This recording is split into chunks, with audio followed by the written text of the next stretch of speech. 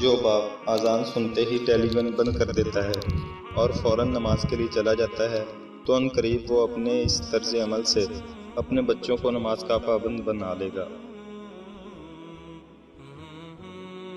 جو باپ گھر میں داخل ہوتے وقت پہلے دروازہ کھٹکھٹاتا ہے اور سلام کا التزام کرتا ہے اور اپنے بیوی بچوں کو دیکھ کر مسکراتا ہے تو اس طرح اس کے بچے بھی گھر میں داخل ہوتے وقت اجازت لینا، سلام کرنا اور مسکرانا سیکھیں گے۔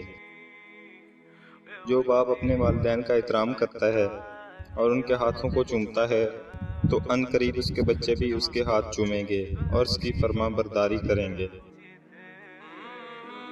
جو باپ گھریلو کام کاج میں اپنی بیوی کا ہاتھ بٹاتا ہے تو اس سے اس کے بچے بھی ایک دوسرے کی مدد کرنا اور باہم تعاون کرنا سیکھیں گے۔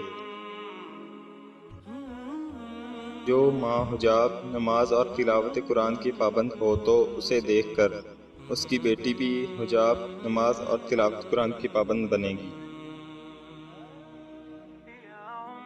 جو ماں باپ باہمی اتفاق اور مفاہمت کے ساتھ زندگی گزارتے ہیں، اپنی اولاد کے سامنے لڑائی جھگڑا اور آواز بلند نہیں کرتے تو ان کے بچے گھر سے محبت کرنے والے، ایک دوسرے کے ساتھ الفت و محبت اور باہمی اتفاق و مفاہمت سے زندگی گزارنے والے ہوتے ہیں۔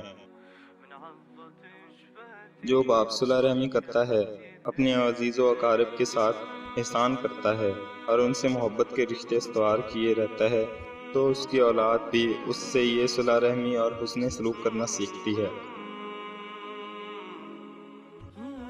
جو باپ بعض امور میں اپنی بیوی بچوں سے رائے مشورے لیتا ہے اور ان کے ساتھ بیٹھ کر گفت و شنید کرتا ہے اور ان کی رائے کا احترام کرتا ہے تو اس سے اس کے بچے بھی باہمی گفت و شنید، باہمی رائے مشورے اور مثبت رویے اپنانے کی عادت سیکھتے ہیں۔ جو باپ اپنی اولاد کے ساتھ سچائی اپناتا ہے تو اس کی اولاد بھی اس سے سچائی سیکھتی ہے، اور جو باپ اولاد کے ساتھ وعدہ وفائی کرتا ہے تو اس کی اولاد بھی اس سے یہ وعدہ وفائی سیکھتی ہے۔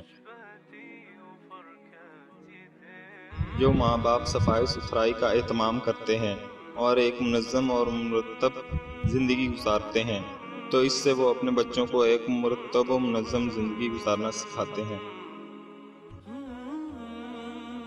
بچوں کی تربیت کا آسان ترین طریقہ یہ ہے کہ ان کے سامنے عملی نمونہ پیش کیا جائے۔